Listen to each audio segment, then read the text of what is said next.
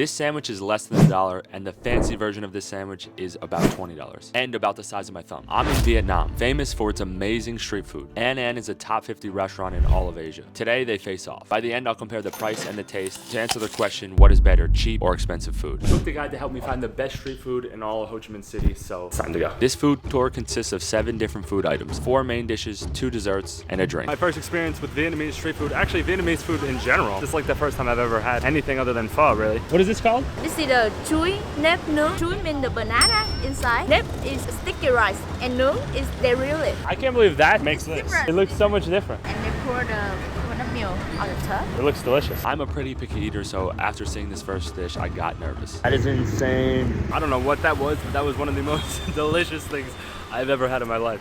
The texture was so good. The flavor was so creamy and delicious, sweet. I don't even like bananas. I don't really like coconut that much. It was incredible. On to the next one. At this next spot, I would have a dish that would rival pho for the best soup in Vietnam. We call this the cuốn bò Huế. Cuốn means noodle, bò means beef, and Huế is the province it's come from. It's like pho Hanoi.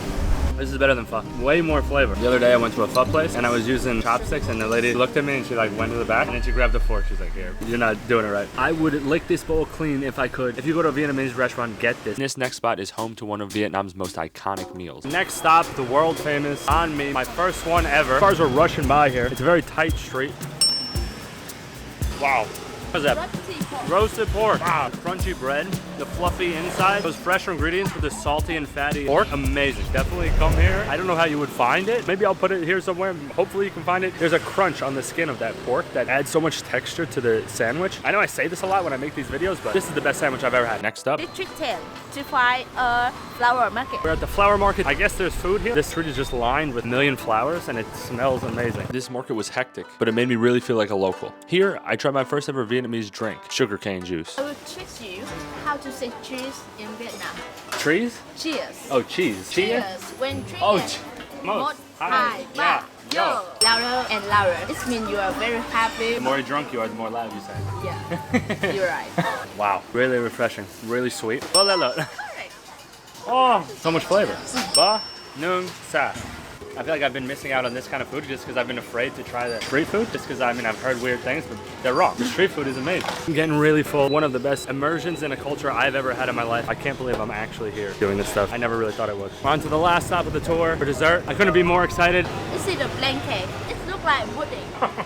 Custardy, vanilla-y flavor. Also, it's really weird to have ice in a dessert. It's really refreshing because of that. I do not know if the Michelin star food can keep up. Honestly, I was not expecting this. I really was. I'm a big fancy food kind of guy. I was like, there's no way the street food's gonna beat it, but it has a tough task to beat right now. Thank you, so good. I headed to Ho Chi Minh City Center for the 40th ranked restaurant in all of Asia, Michelin starred Anan. One of the most fascinating things about this restaurant is that it's in the middle of this market, the most unassuming place for a Michelin star I might have ever seen. I feel like no one would expect it to be in this location.